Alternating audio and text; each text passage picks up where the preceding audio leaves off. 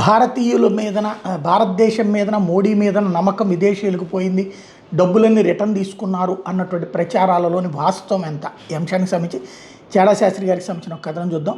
విదేశీయులకు భారత్ మీద అంటే మోడీ ప్రభుత్వం మీద నమ్మకం సడలింది, భారత్లో పెట్టుబడులు పెట్టడం లేదు, పైపెచ్చు భారత్ నుండి పెట్టుబడులు తీసుకువెళ్ళిపోతున్నారంటూ మోడీ ప్రభుత్వం విమర్శకులు ఈ మధ్య తరచుగా చెప్తున్నారు. కానీ అసలు వాస్తవం ఏంటంటే ఈసారి రికార్డు స్థాయిలో $90 బిలియన్ పైగా ఎఫ్డిఐ అంటే విదేశీ ప్రత్యక్ష పెట్టుబడి భారత్కు వచ్చినాయి.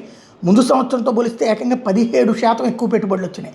గ్లోబల్ ఎఫ్డిఐ ట్రెండ్ అనాలిసిస్ ప్రపంచ విదేశీ ప్రత్యక్ష పెట్టుబడుల ధోరణి విశ్లేషణ నివేదిక ప్రకారం ప్రస్తుత అంతర్జాతీయ ఆర్థిక రంగంలో విదేశీ ప్రత్యక్ష పెట్టుబడుల సరళ వేగంగా మారుతోందని, ప్రపంచవ్యాప్తంగా నెలకొన్న ఆర్థిక అనిశ్చితులు, పెరిగిన వడ్డీ రేట్ల పెట్టుబడుల పునర్వ్యవస్థీకరణ తీవ్ర ప్రభావం చూపుతున్నాయని, వివిధ దేశాల ప్రాంతీయ విధానాలు, భౌగోళిక రాజకీయ మార్పులు మరియు మౌలిక సదుపాయాల అభివృద్ధి కొన్ని దేశాలకు ప్రత్యేకమైన వ్యూహాత్మక ప్రయోజనాలు చేకూరుస్తాయని నివేదిక పేర్కొంది. అంతేకాకుండా జూన్ 2026 నాటి తాజా నివేదిక ప్రకారం వివిధ ప్రధాన ఆర్థిక వ్యవస్థలో ఎఫ్డిఐ పెట్టుబడులు ఎలా ఉన్నాయో ఆ నివేదిక విశ్లేషించింది.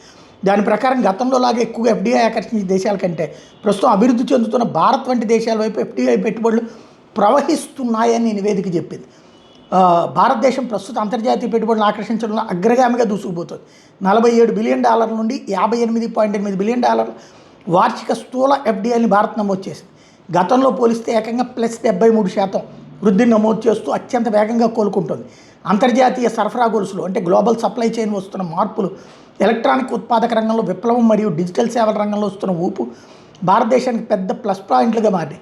చైనా తిరోగమనం వైపు వెళ్తుంది. ఆర్థిక వ్యవస్థ పరంగా పెద్దదైనప్పటికీ చైనా ప్రస్తుతం ఎఫ్డిఐ పరంగా ఒడిదుడుకులను ఎదుర్కొంటుంది.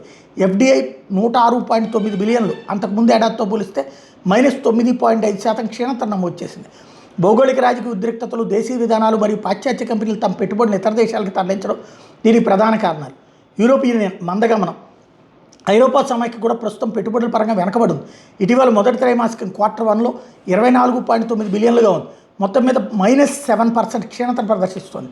ఐరోపాలో విపరీతంగా పెరిగిన ఇంధన ఖర్చులు, సంప్రదాయ ఉత్పాదక రంగంలో నెలకొన్న మందగమనం దీనికి కారణం. ప్రస్తుతం ఇక్కడ పెట్టుబడులు సాంకేతికత మరియు రక్షణ రంగాల వైపు మళ్ళుతున్నాయి. అయితే ఫ్రాన్స్ స్థిరత్వం ఐరోపాలోని ఇతర దేశాలతో పోలిస్తే ఫ్రాన్స్ కొంత మెరుగైన స్థిరత్వాన్ని ప్రదర్శిస్తుంది. ఇటీవల Q1 ప్రకారం $4.2 బిలియన్ వృద్ధి 4.2 బిలియన్లు వృద్ధి లేకపోయినప్పటికీ పతనం కాకుండా స్థిరంగా కొనసాగుతుంది. గ్రీన్ టెక్నాలజీ రంగంలో ఫ్రాన్స్ ప్రభుత్వం చేపట్టిన కార్యక్రమాలు మరియు ఈవీ బ్యాటరీ హబ్బుల ఏర్పాటు పెట్టుబడులు నిలబెట్టడంలో సహాయపడ్డాయి. అంతర్జాతీయ మార్కెట్లో స్పష్టమైన 2 పెద్ద మార్పులు నివేదిక ద్వారా కనిపిస్తున్నాయి. భారతదేశం వర్సెస్ చైనా +1 వ్యూహం. మొత్తం పెట్టుబడి పరిమాణం పరంగా చైనా ఆర్థిక వ్యవస్థ పెద్దది కావడం వల్ల దాని సంఖ్య ఎక్కువగా ఉన్నప్పటికీ భవిష్యత్తు వృద్ధి రేటు మాత్రం ప్రతికూలంగా ఉంది. ప్రపంచ కార్పొరేట్ సంస్థలు చైనాపై మాత్రమే ఆధారపడకుండా అవలంబిస్తున్న చైనా +1 అంటే చైనా మాత్రమే కాకుండా మరొకటి అనే వ్యూహంలో భారతదేశం ఒక అత్యంత కీలకమైన ప్రత్యామ్నాయంగా అవతరిస్తుంది.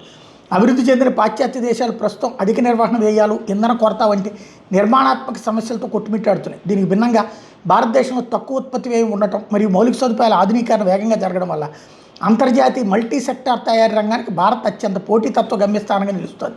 పాశ్చాత్య దేశాలు మరియు చైనా కొంత మందగమనాన్ని ఎదుర్కొంటుండగా భారతదేశం తన సంస్కరణలు మరియు వ్యూహాత్మక అనుకూలతలతో అంతర్జాతీయ పెట్టుబడుల కేంద్రంగా దూసుకెళ్తుంది అని నివేదిక చెప్తోంది. సరే, ఇంత పెద్ద ఎత్తున విదేశీ నిధులు దేశంలోకి వస్తూ ఉంటే రూపాయి బలపడాలి కదా, మరి రోజు రోజుకి ఎందుకు బలహీన పడుతుంది అనేది మరో పోస్ట్లో చెప్తానన్నటువంటి పాయింట్ చెప్తున్నారు. ఇదిగో ఆ ట్రెండ్స్కి సంబంధించినటువంటి ఫిగర్ కూడా, డేటా కూడా.